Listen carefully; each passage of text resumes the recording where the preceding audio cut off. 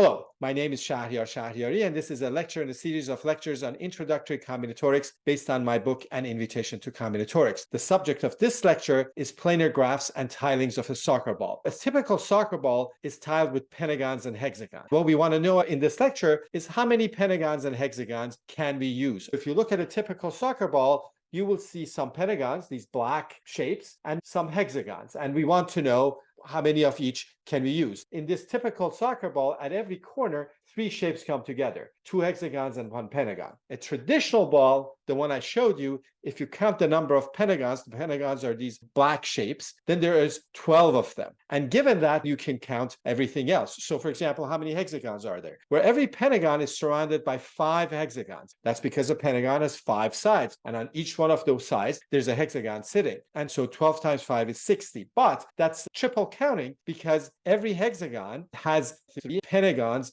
as its neighbors. So when you go around and ask each pentagon, and each one will say 5, this one hexagon will have been counted 3 times. Once when you ask this pentagon, once when you ask that pentagon, and once you ask this third pentagon. So that 60 is a triple count. What we have to do is divide by 3, and we see that there's 20 hexagons. So in this traditional ball, there's 12 pentagons and 20 hexagons. In fact, each vertex also has degree 3. Degree means the number of edges that are coming out of it, and all the degrees are 3. What's the number of vertices? There are 12 pentagons. Each of those has 5 vertices. There is 20 hexagons. Each of those has 6 vertices. So we multiply 20 by 6 and 12 by 5 and add them. But then because all of the degrees are 3, each vertex is counted 3 times. This one vertex is counted when you ask this hexagon or that hexagon or this pentagon. So we have to divide by 3. And so there are 60 vertices. The main problem for this lecture is that we want to tile a soccer ball with pentagons and hexagons. We want the degree of all the vertices equal to 3. And we want to know if there's any restrictions on the number of pentagons and the number of hexagons. The traditional ball gives us an example where the number of pentagons is 12 and the number of hexagons is 20. Is it possible to do it some other way? Stop the video and try to think about these questions yourself and try to answer them if you can. First, we're going to decide how we're going to draw the tilings of a sphere on the plane. We want to see how that's related to planar graphs and planar drawings of graphs. We will talk about vertices, edges, and regions of planar graphs. We will give you the formula for planar graphs and give you a quick proof. And then we go back to tiling of the soccer ball. Here's a soccer ball. Now, this is a picture of a soccer ball on your screen, and you can't see the back of it. But I want to see all of the soccer ball. So how am I going to draw this soccer ball on the plane so that I can see all the edges, all the vertices, and not just one side of it? The idea is that we punch out one of the regions. So you pick one of the regions, maybe you pick one of the pentagons or one of the hexagons, and you punch it out. Now you have a hole there. Then you put your hand inside that hole and stretch the ball. Imagine that the ball is made up of some kind of a rubber that you can do that with. After you stretch it out, you flatten the ball and see what you have. What will you get when you do that? The punched out region will end up being the outside region. That hole ends up being on the outside of the shape, and everything else will be inside that. Inside, we'll have a simple graph. A graph means vertices and edges, and some of those vertices are adjacent to each other via an edge. It's a simple graph because there's no double edges, at least we don't want any double edges, and there are also no loops. And no edges are crossing. When you open this up, none of the edges are on top of each other. Angles and edges do get bent though. You might have had a straight line, and that might have become crooked. The angles and the size of the edges do not stay the same because you have bent. Let's look at some examples. Here's a tiling of the sphere. It's not pentagons and hexagons. And I've done what I said I would do. I've flattened it out. So what do I have? I have 1, 2, 3, 4, 5, and the outside 6 regions. And there are all quadrilaterals. That means that they're like squares or rectangles or maybe trapezoids, a 4-sided shape. When I did the punching out and bending and flattening, everything might have moved around. This inside region here, quadrilateral, so are these 4 around it, and so is the outside. This gives me a tiling of the soccer ball with 6 quadrilaterals. And you can imagine putting 8 vertices, 4 on one side, 4 on the other, and connecting them. You will have 6 tiles, all of which are quadrilaterals, and you have tiled your sphere. Here's another one. This time is with triangles. Inside, I've got 3 triangles, and outside, I have a triangle. This is a tiling of the sphere, or tiling of a soccer ball, with 4 triangles. To make sure that we understand what we're doing, I'm going to ask you what kind of tiling is this? You might think that I've just got a whole bunch of triangles. Stop the video and try to think about it a little bit more. First of all, I don't want to allow any vertices of degree 1 or 2. Degree 1 vertex with me and a vertex with just one edge coming out of it. If you put a vertex on a soccer ball and just draw one edge out of it, that's not much of a tiling. It's just sort of one little edge hanging out. So I don't want that. A degree 2 vertices means that there was just an edge going and you put a vertex in the middle of it. And I don't want that either. Let's think about what is these outside corner. This top node here is actually not a vertex, because if it was, it would be a degree 2 vertex. Each of these 3 corners are actually a 2-gon. So what do they look like? It's 2 vertices and a double edge. It's just that one of those edges got bent. So there are 3 2-gons, these 3 corners. What are the rest? Well, there's a whole bunch of triangles. There's actually 13 triangles. And then what's the outside region? The outside region, again, this is one edge, 2, 3, 4, 5, 6, 7, 8, and 9. So the outside is actually a 9-gon. I don't want to actually allow double edges and loops, as I've said before. What about pentagons and hexagons? Here's a tiling of the sphere, and everything is a pentagon. That outside region is a pentagon, and everything else is a pentagon as well. We have one pentagon in the middle, then we have 5 around that, and then 5 around that, and 1 outside. This is a tiling of the soccer ball with 12 pentagons and 0 hexagons, and that's certainly possible. And what this is the flattening of a pentagonal dodecahedron, which has 12 faces, and each of them is a pentagon. Here's another one where we have tiled the soccer ball with 12 pentagons and 2 hexagons. Where the hexagons, the tile in the middle is a hexagon, and the tile outside is a hexagon, and then inside there are 2 circles, each of 6 pentagons. So this is a tiling with 12 pentagons and 2 hexagons. There are all kinds of possibilities for pentagons and hexagons, and we want to know, are there any restrictions? We are going to translate this to a problem in graph theory. Tilings of spheres give us graphs after we do this process of punching out one of the regions and flattening out. We get a graph, and we get a graph where none of the edges are crossing. That leads us to the definition of a planar graph. A planar graph is a graph that can be drawn in a plane with no edges crossing. So that can be drawn, not that it must be drawn, but it can be drawn, that you can draw it in the plane without any edges crossing. If you have a drawing of the graph where the edges are not crossing, then that's called a planar drawing of the graph. When you have such a planar drawing of a graph, the drawing partitions the plane into regions. So for example, this one I have on the side, the one with 4 triangles, gives me 4 regions. For finite graphs, one of the regions, the outside region, will have infinite area. If you don't have a planar drawing of a graph and the edges are crossing, you can't define regions, because then it will very much depend on how you draw your graph. Let's see an example of a planar graph. The complete graph of order 4, called K4, that's planar. Complete graph of order 4 means you have 4 vertices and you draw all the edges between them. So here's what it is. Here, the edges are actually crossing. So this is not a planar drawing of this planar graph, but I can draw it in some other way. Here's another drawing of the same graph where none of the edges are crossing. And because I can draw it in such a way, this graph is planar. A cycle is planar. Cycle is when you don't repeat any vertices or any edges and you come back where you started. It's planar because you can just draw it going around. There's a more general theorem called the Jordan curve theorem that a plane drawing a cycle always divides the plane into 2 regions. For finite cycles, this is actually not that hard to prove. For infinite cycles, or for more generally for non-intersecting curves, that the proof is actually not that straightforward. It's a proof that one gives in topology classes, and it's somewhat complicated, maybe surprisingly. One reason is that the planar drawing can be complicated.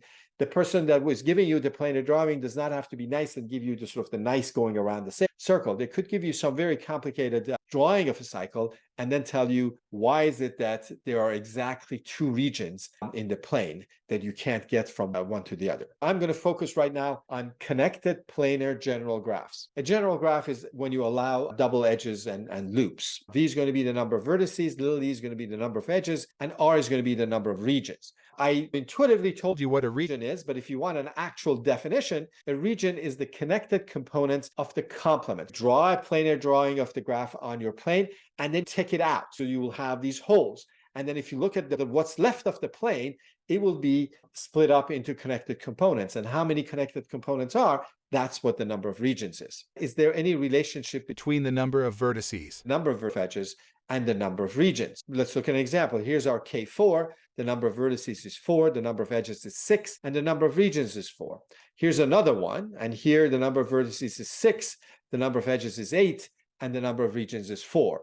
You should stop the video here, try to draw all kinds of planar graphs, count the number of vertices, the number of edges, and the number of regions, and try to guess what's the relationship among them. In the next slide, I will tell you what such a relationship is and give you a proof. And that's called Euler's formula. Euler's formula is for a connected planar graph. It says that if you take the number of vertices minus the number of edges plus the number of regions, you will always get 2. And that's surprising, but it is true. This is also about tilings of the soccer ball. If you have a tiling of a soccer ball, the number of vertices minus the number of edges plus the number of regions is 2, because we discussed how you go from a tiling of soccer ball to a planar graph, and therefore the same formula will be satisfied. Here's a quick proof. In my next video, I'm going to go much more in depth on Euler's formula and give you a generalization where the graph is not really connected. In fact, it's not even a graph. It's something called a squiggle. But this proof is actually very quick.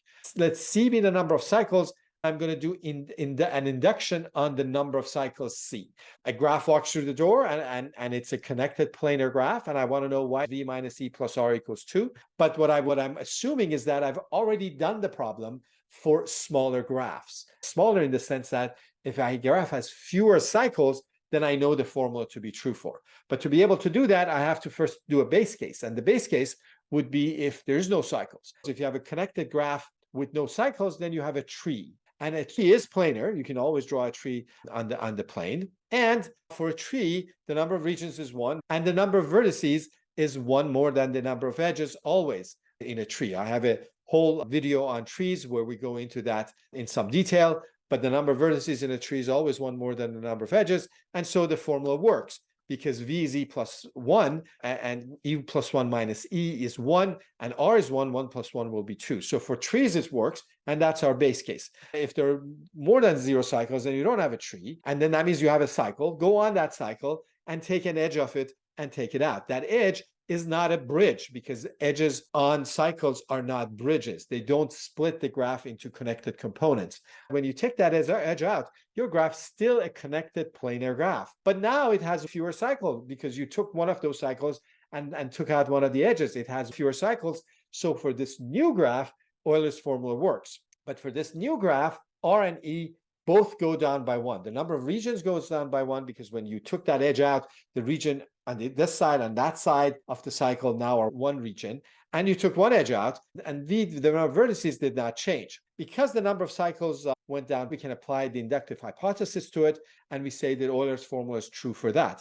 So because the Euler's formula is true for the new graph, and the only difference between the new graph and the old graph is that the old graph had 1 more region and 1 more edge, then we know that the formula is also true for the original graph. Again, watch my other video on Euler's formula where we talk about a different proof, slightly different proof, but for a more general fact. Let's go back to our soccer ball tilings. Let's say that you have a soccer ball with p pentagons. So p is the number of pentagons, and h is the number of hexagons. And I want to know if there are any restrictions on p and h. And I know that the degree of every vertex is the same. It's d, and I'm going to assume that it's greater or equal to 3. I really am interested in d equals 3, but I might as well see what happens if these 4 or 5. I just want all the degrees to be the same, and I don't want any degree 2 or 1 vertices. I'm going to apply Euler's formula. I know that v minus e plus r equals 2. V minus e plus r equals 2 is the Euler's formula, and I have to know the number of vertices, edges, and regions. How many regions are there? Well, if there's p pentagons and h hexagons, then the number of regions is p plus h. P pentagons and h hexagons, there's nothing else, and so p plus h is the number of regions. What about the number of edges? Every pentagon has 5 edges. Every hexagon has 6 edges. So that's 5p plus 6h. But each edge is sitting on 2 regions, on this side or on that side. So each edge got counted twice. When you go around the regions and say, how many edges you have? How many edges you have?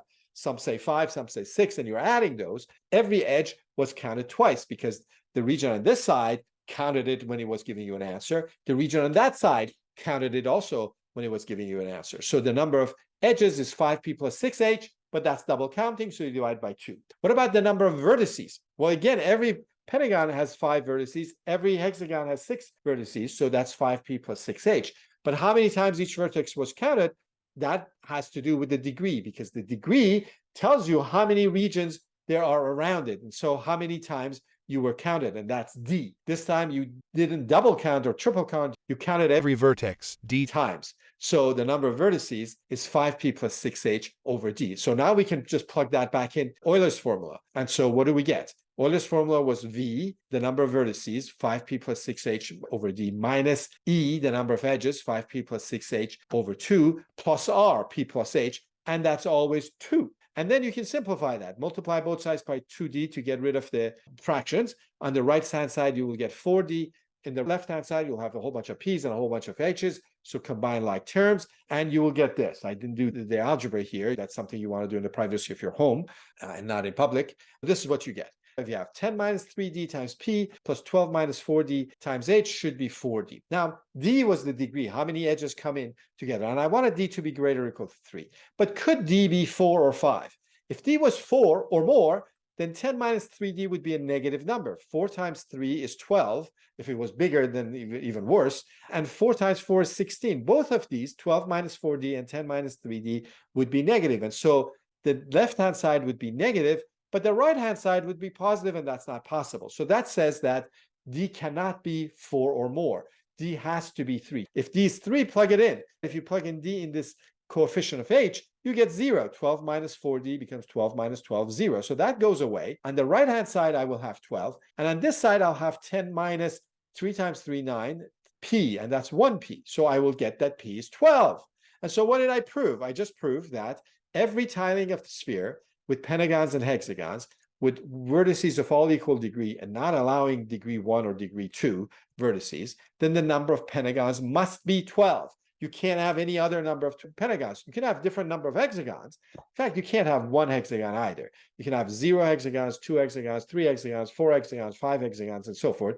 But I didn't prove that to you. This is a surprising fact, and you get that because of Euler's formula, because of graph theory. Whenever you have a soccer ball, if you tile it, as long as you want pentagons and hexagons, and as long as you want at every corner the same number of shapes to come together, you have to have 12 pentagons. This is the end of this lecture. Keep hydrated at all times. Like and subscribe to my videos, and I will see you in the next lecture.